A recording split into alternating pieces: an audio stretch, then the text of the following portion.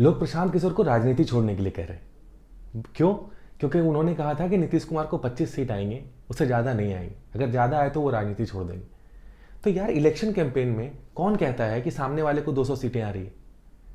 तो फिर ये इलेक्शन क्यों लड़ रहा है? वो 243 सीटों पे इलेक्शन लड़ रहा है और वो ये कहेगा कि नीतीश कुमार जी को 100 सीट आ रही है, तो आप क्यों लड़ रहे हो फिर? क्यों आप उनको कह रहे हो राजनीति छोड़ दो? एक इंसान बिहार जैसे स्टेट में जा रहा है, वहाँ के अच्छे लोगों को इकट्ठा कर रहा है, जो पढ़े लिखे लोग हैं, डॉक्टर हैं, टीचर हैं, लॉयर हैं, जज हैं, आईएएस हैं, आईपीएस हैं, और उनको इलेक्शन लड़ा रहा है, और आप कह रहे हो कि आप राजनीति छोड़ दो। क्यों?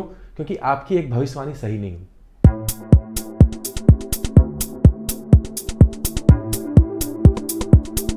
उनकी पूरी जो इलेक्शन कैंपेन थी वो सिर्फ डेवलपमेंट पे थी।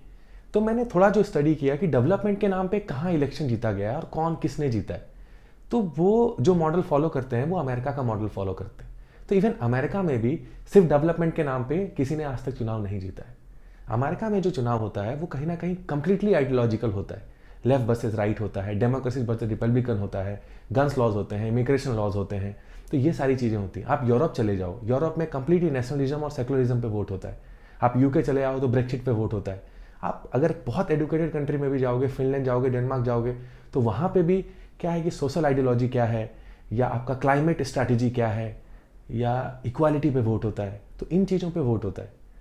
तो ये बहुत सिर्फ डेवलपमेंट के नाम पे मैंने देखा कि कहीं भी आज तक किसी ने इलेक्शन नहीं जीता है।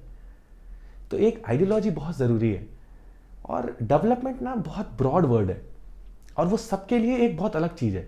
अगर आप एक गरीब के पास जाओगे, उनको कहोगे डेवलपमेंट, तो डेवलपमेंट उनके लिए है कि उनके पास खाना आ रहा है, उनको रहने के लिए घर मिल रहा है।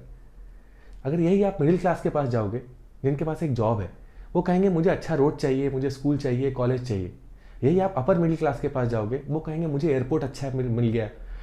आप अगर रिच लोगों के पास जाओगे तो बिजनेस लॉज ढूंढेंगे कि बिजनेस अच्छे होने चाहिए, फंड्स मिलने चाहिए बिजनेस करने के लिए। तो ये सब लोगों को इकट्ठा करना बहुत डिफिकल्ट हो जाता है डेवलपमेंट के नाम पे, क्योंकि हर किसी की रिक्वायरमेंट बहुत अलग है।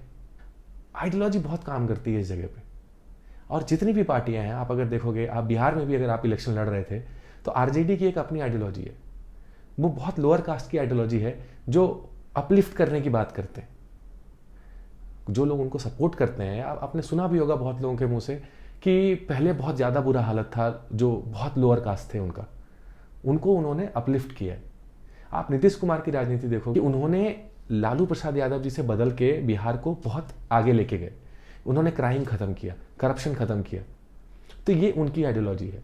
बीजेपी जो गठबंधन में है, उनकी एक अपनी आइडियोलॉजी है, 100 साल पुरानी आइडियोलॉजी है।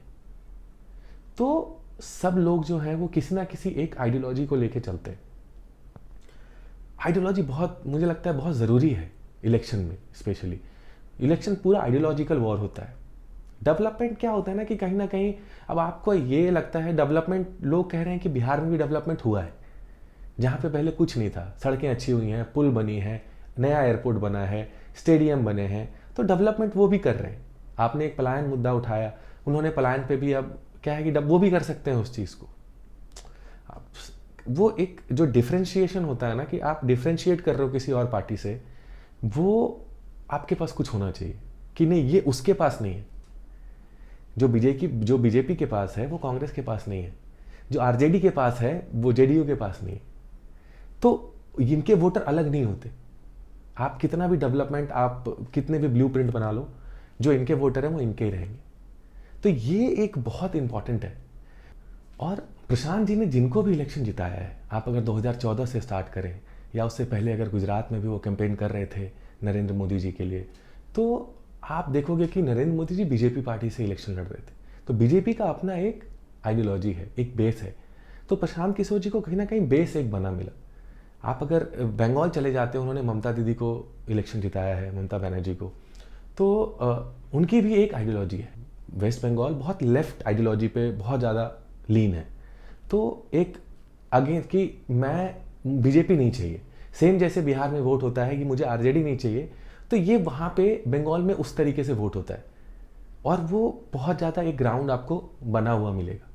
तो जब आपको एक बेस मिलता है ना, तो कहीं ना कहीं आप उसके ऊपर इमारत खड़ी कर सकते हो। पर आप इमारत खड़ी करो और आपका अगर नीचे कुछ नहीं है, तो फिर थोड़ा मुझे लगता है कहीं ना कहीं ये वैसी बात है। तो प्रशांत किशोर जी बहुत अच्छा काम कर रहे हैं और उनको कंटिन्यू करना चाहिए, क्योंकि आपको अब 5 साल का समय मिला है और उस 5 साल में आपको जनता के करीब जाने का बहुत मौका मिलेगा।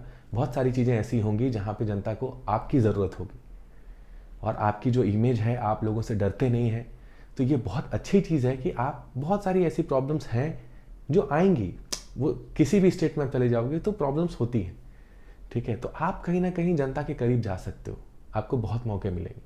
और दूसरी चीज़ क्या है कि आप प्लान बना के जब आते हो ना कि 5 साल 10 साल, तो लोगों को लगता है कि ये हमारे लिए क्या करेगा। अब इमेजिन करो, आप हर बार बोलते हो कि 10 साल मैंने बिहार को दिया है, तो 10 साल बिहार को दिया है, आप अगर ऐसी बातें करोगे तो अगर 10 साल में नहीं हुआ तो उसके बाद क्या। तो लोगों को लगता है कि ये तो 10 साल के बाद चला जाएगा। तो थोड़ा एक ऐसा होना चाहिए कि लोगों को लगे कि नहीं, ये हमारे लिए है, ये हमारे बीच का है, ये बिहार का है, बिहार के लिए आया है, बिहार के लिए कुछ करने आया है, ये हमारे लिए कुछ करने आया, अब ये नहीं जाएगा।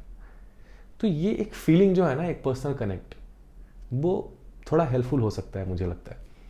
और तो बाकी मैं एक मुझे लगता है कि टोन थोड़ा जो प्रशांत जी का है कि आप वोटर्स को ये कह रहे हो कि तुम्हारे पास कुछ नहीं है। आप सही कह रहे हो, उनके पास कुछ नहीं है, लेकिन ये वो एक्सेप्ट नहीं करते। कोई भी बिहार का ये एक्सेप्ट नहीं करता कि उनके पास कुछ नहीं है। तो जब आप ऐसा कहते हो ना कि हम तुमको निकालेंगे, हम तुम पे एहसान करेंगे, तुम्हारा पलायन बंद कर देंगे, तुम्हारा ये कर देंगे, तो ये जो है ना थोड़ा सा कहीं ना कहीं सामने वाले को वो कनेक्ट कम, और ऐसा लगता है कि ये तो हमारे ऊपर एहसान करने आया, हमने ये तो बहुत वैसा सा है, मतलब लगता है। और बाकी मैं सजेशन देने वाला कोई नहीं होता हूँ, ये बस मेरा एक व्यू है जो मैंने फील किया, क्योंकि मैं आपको फॉलो कर रहा था थ्रू आउट द इलेक्शन। तो ये मेरा व्यू है कि थोड़ा एक कनेक्ट मुझे लगता है, ये कहीं ना कहीं 1-to-1 कनेक्ट जो होता है ना जनता के साथ, और 1-to-1 मतलब मैंने कि आप हर इंसान से पर्सनल कनेक्शन बनाओ, वो वाली बात नहीं, बट एक कनेक्ट होता है जहाँ जनता आपको अपना समझे।